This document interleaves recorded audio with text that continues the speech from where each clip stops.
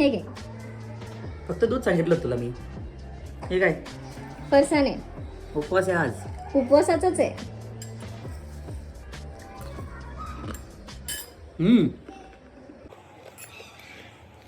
हा उपवासाचा फरसाण बनवण्यासाठी लागणाऱ्या सर्व पदार्थांची लिस्ट मी प्रमाणात सकट डिस्क्रिप्शन बॉक्समध्ये लिहिलेली आहे.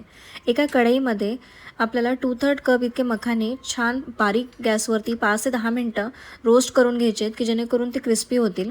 सोबतच मी 2 to 3 टेबलस्पून इतके शेंगदाणे तळून घेतलेत. बटाट्याचे जे चिप्स मिळतात ते किंवा बटाट्याचा कीस जर तुमच्याकडे असेल तर तो, ह्या दोन्हीपैकी काही किंवा दोन्ही तुम्ही तळून घ्यायचं आहे. सोबतच मी ड्रायफ्रूट्स घेतले आहेत, काजू, बदाम आणि मनुके. तर ड्रायफ्रूट्स कोणते आणि किती वापरायचे आहेत हे तुम्ही तुमच्या आवडीनुसार ठरवू शकता. या व्यतिरिक्त मी पातळ असे आपले जे खोबरं आहे त्याचे काप करून घेतलेत, ते तळून घेतलेत छान ब्राऊन आणि क्रिस्पी होईपर्यंत. मनुके मी काळे घेतलेत, तुमच्याकडे ब्राऊन असतील तुम्ही ब्राऊन वापरलेत तरीही चालेल. मी मखाने तुपात परतून घेते, तुम्हाला नसतील परतायचे तरीही चालेल. तर सर्व पदार्थ आपले तळून तयार आहेत.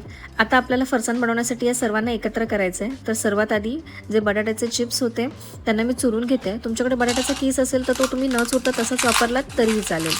यामध्ये मी तळून घेतलेले खोबऱ्याचे काप, ड्रायफ्रूट्स, तळून घेतलेले शेंगदाणे, मनुके आणि मखाने जे भाजून ठेवले होते तुपामध्ये ते, हे सर्व एकत्र करून त्यामध्ये मिरची पावडर टाकली 1 टीस्पून.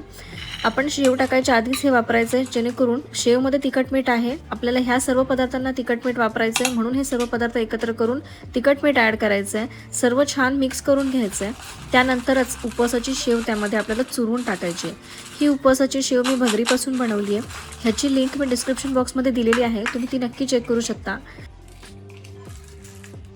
खूप छान कुरकुरीत लागते. तुम्ही तीसुद्धा छान चुरून ह्यामध्ये मिक्स करायची आहे. हा फरसाण छान क्रंची बनतो. एखाद्या एअरटाईट कंटेनरमध्ये तुम्ही तो स्टोअर करू शकता.